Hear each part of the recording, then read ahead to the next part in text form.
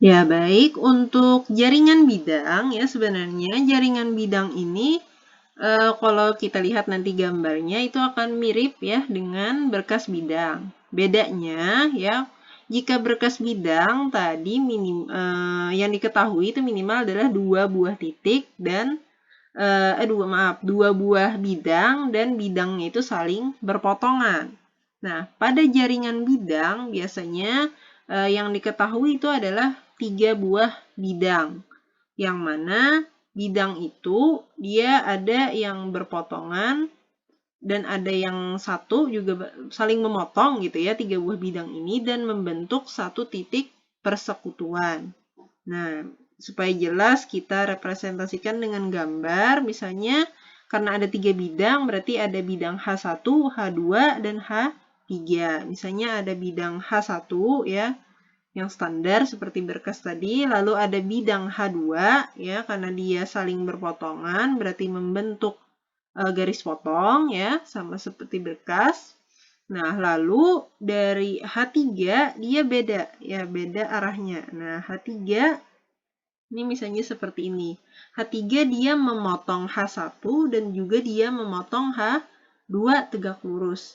Nah, maka otomatis perpotongan antara H1, H2 berupa garis tadi memotong si bidang ini, si bidang H3 akan membentuk suatu titik. Ya, di sini ya. Misalnya kita namakan titiknya adalah titik P.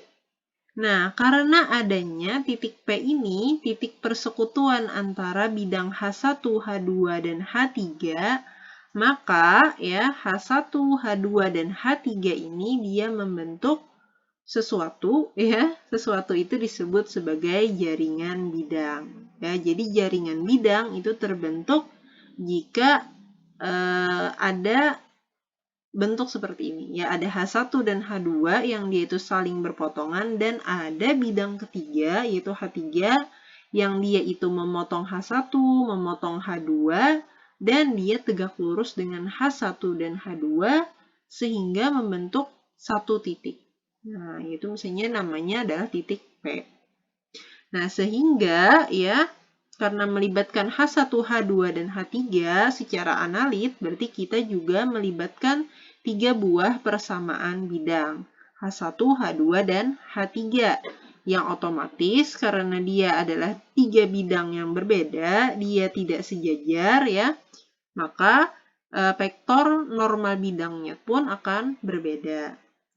Nah, dan konsep jaringan bidang, maaf ini salah, jaringan bidang akan menjadi, misalnya kita ingin mencari H4 ya, yang dia itu melalui si titik P ya, jadi kata kuncinya itu dia melalui titik potong H1, H2, H3, maka kita akan mencari persamaan bidang yang keempat itu, yang lain itu adalah dengan H1 tambah lambda H2 tambah mu H3 sama dengan 0.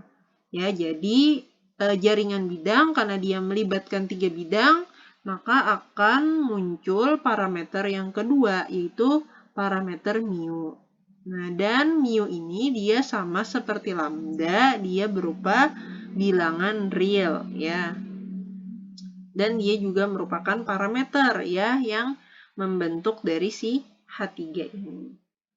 Nah, ini penjelasan mengenai jaringan bidang. Ya, agar lebih jelas kita lanjutkan ke contoh.